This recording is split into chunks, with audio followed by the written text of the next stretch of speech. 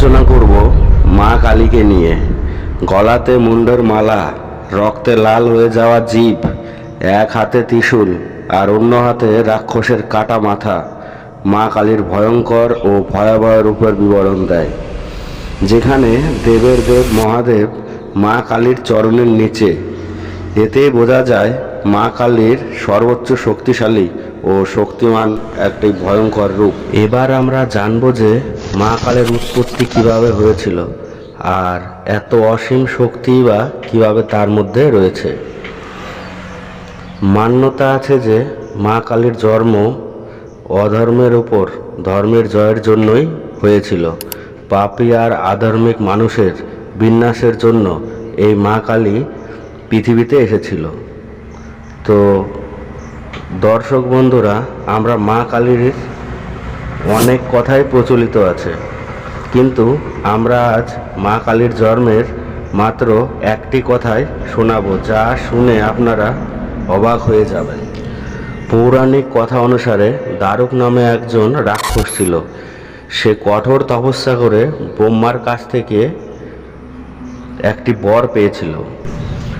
ব্রহ্মা তার তপস্যায় প্রসন্ন হয়ে দারুককে বলেছিল, এই সংসারে তোমার মৃত্যুর কারণ কেবল কোনো মেয়েই হতে পারে, অন্য কেউ তোমাকে মারতে পারবে না।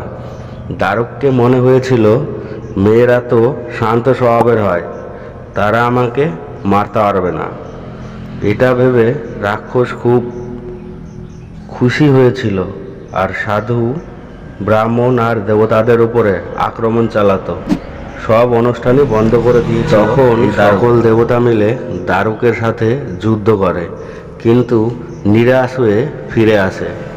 তখন ব্রহ্মা বলে, এই রাক্ষসকে কেবলমাত্র কোনো মেয়েই মারতে পারবে। তখন সকল দেবতা মিলে মহাদেবের কাছে আশ্রয় নেয়।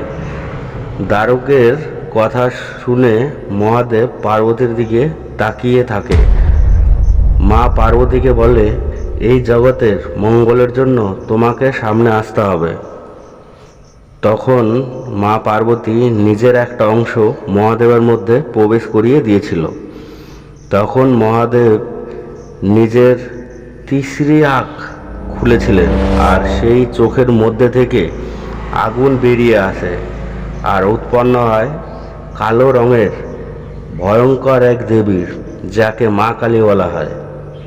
মা কালীর রূপ দেখে দেবতারা আর রাক্ষসরা সেখান থেকে পালিয়ে যেতে থাকে, কেউ তাকে পরাজিত করতে পারে না।